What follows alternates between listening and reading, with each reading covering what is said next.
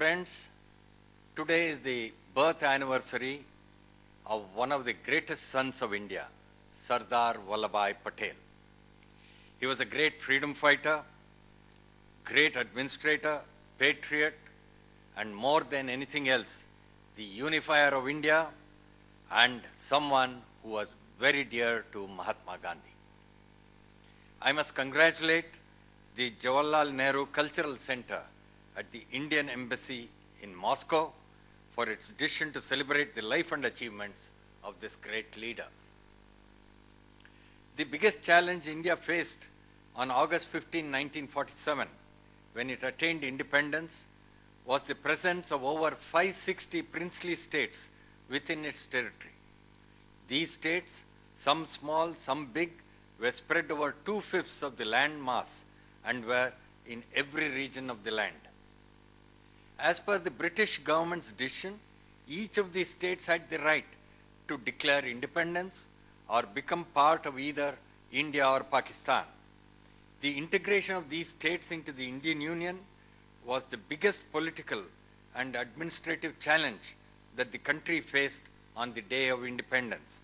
And the man who picked up the gauntlet was our Deputy Prime Minister and the Minister for States at that time, Sardar Vallabhbhai Patel. Thanks to his singular determination, sagacity and statesmanship, the amalgamation of all these disparate states into India became possible. It's also true that without Sardar Patel, this could never have been accomplished. The nation is also indebted to him for many other foundational initiatives, including the idea of central services. Yet, since the days of Jawaharlal Nehru, Sardar Patel did not get his rightful place in the nation's consciousness. The process of integration was complicated and painful. For example, the Nizam of Hyderabad, a state deep in the south of India, declared that his state would accede to Pakistan. Sardar Patel is quoted as saying that he would never allow undigested lumps in India's belly. He sent in the army to take control of the administration and to integrate Hyderabad into the Indian Union. But for his foresight, a part of Pakistan would have come into existence in southern India with all its concomitant problems. Another such state was Junagadh in what is now the state of Gujarat. Junagadh was yet another challenge. The ruler of this state, which was locked by other states which had acceded to India, signed the instrument of accession with Pakistan. But for Sardar Patel, we would have had another slice of Pakistan in what is now the state of Gujarat.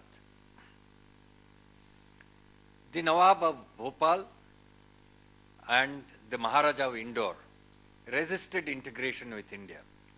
The Nawab wanted Bhopal to remain independent and have cordial ties with both nations, something which seemed highly improbable at that time and even later.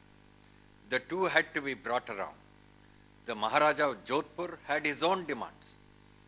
V.P. Menon, who was secretary in the Department of States and worked closely with Sardar Patel, and who has written the most authoritative account of the events that unfolded around the time of independence in his book, Integration of States, says, the Maharaja was prepared to line up with Pakistan because Jinnah signed a blank sheet and asked the Maharaja to fill in all his conditions. Eventually, the Maharaja was tactfully weaned away from the idea of joining Pakistan.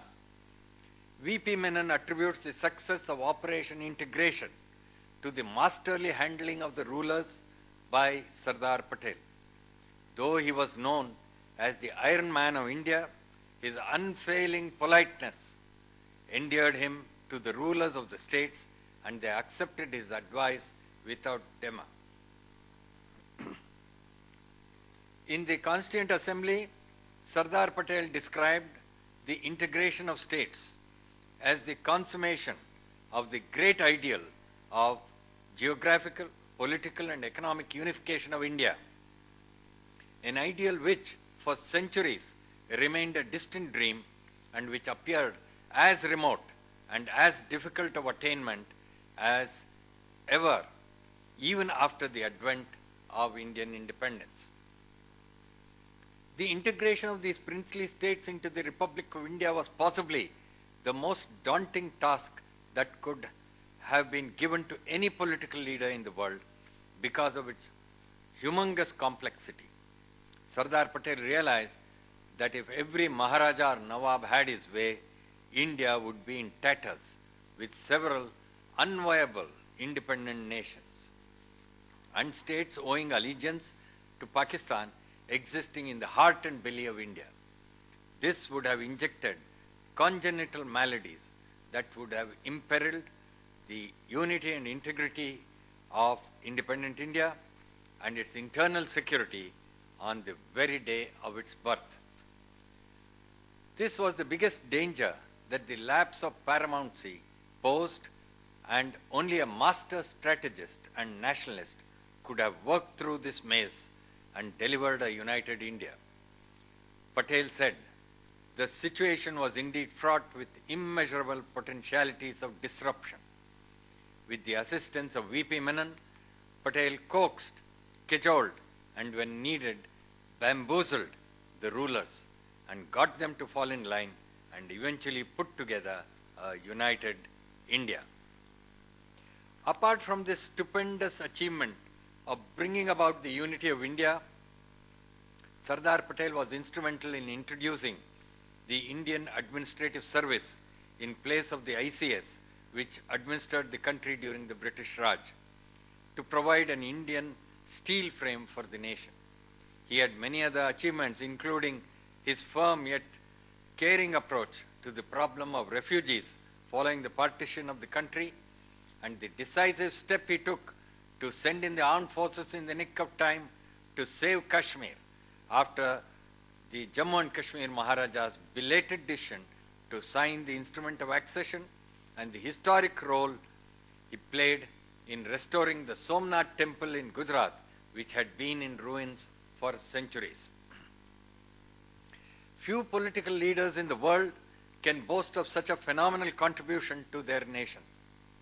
However, unfortunately, this had not been acknowledged for many decades. And it is only now, with the Narendra Modi government, that a lot of initiatives have been taken, and we also have the Statue of Unity, that is Sardar Vallabhbhai Patel's statue in Gujarat, which incidentally is the tallest statue in the world, and along with the statue there is a museum and so on, and it is a very major tourist attraction in India today. Many members of the Constituent Assembly that framed India's constitution acknowledged the phenomenal contribution of Sardar Vallabhbhai Patel to the unification of India. Dr. Pattabi Sitaramaiah said, when he heard Sardar Patel's speech, he felt exalted and transported to a new world of vision, a dreamland. Mr. Thanu Pillai remarked that the work of the States Ministry was really marvelous. Ms. Anne Mascreen praised the wisdom of what she called the Bismarck of India, whose wisdom and experience are unequaled, she said. She said this was the first time in the history of the world when 400 million people have launched into self-governance. Mr. R.K. Sidhwa described the unification of India as a proud moment for the nation, and he said it seemed as if Sardar Patel had wielded a magic lamp and brought this about. The amendments which are now being proposed concerning the provisions of the Constitution applicable to the states embody the results of the bloodless revolution which, within a remarkably short period, has transformed the internal and external setup of the states, Sardar Patel told the Assembly. The fact that the new Constitution specifies these states and integrates all of them is indeed a very remarkable event, he said. By integrating 560 odd states into sizable units, and by the complete elimination of centuries-old autocracies, the Indian democracy has won a great victory, of which the princess and the people of India alike should be proud. This is an achievement which should redound to the credit of any nation, and the complete elimination of centuries-old autocracies is indeed a great achievement, he said. Speaking about India of the past, Sardar Patel said, "It is the lesson of history that it was owing to her politically fragmented condition and our inability to make a united stand that India succumbed to successive waves of invaders. Our mutual conflicts and internecine quarrels and jealousies have in the past been the cause of our downfall and our falling victims to foreign domination a number of times. We cannot afford to fall into those errors or traps again." He said, "We are on the threshold of independence. It is true that we have not been able to preserve the unity of the country entirely unimpaired in the final stage. That is because of the creation of Pakistan." Then he said, "A fundamental homogeneity of culture and sentiment reinforced by the compulsive logic of mutual interests would continue to govern India after her independence." And he told the people, "Let not the future generation curse us for having had the opportunity, but having failed to turn it to our mutual advantage." Sardar Patel launched the Indian Administrative Service to replace the British Indian Civil Service. He wanted the Indian Administrative Service to be the steel frame of India. He also spoke of the need for a code of conduct for civil servants. "You are the pioneers in the Indian service, and the future of this service will depend much upon the foundation and traditions which will be laid down by you," he told them. "By your character and abilities, and by your spirit of service.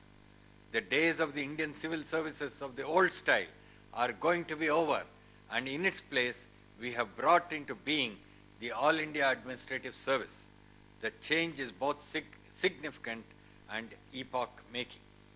In the first place, it is an unmistakable symptom of the transfer of power which is taking place from foreign to Indian hands. Secondly, it marks the inauguration of the All India Service officered entirely by Indians and subject completely to Indian control.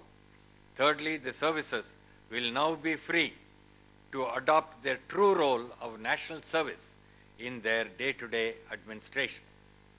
Before I conclude, I wish to thank the Jawaharlal Nehru Cultural Center in the Embassy of India in Moscow for its decision to celebrate Sardar Patel's birth anniversary in such a fitting manner.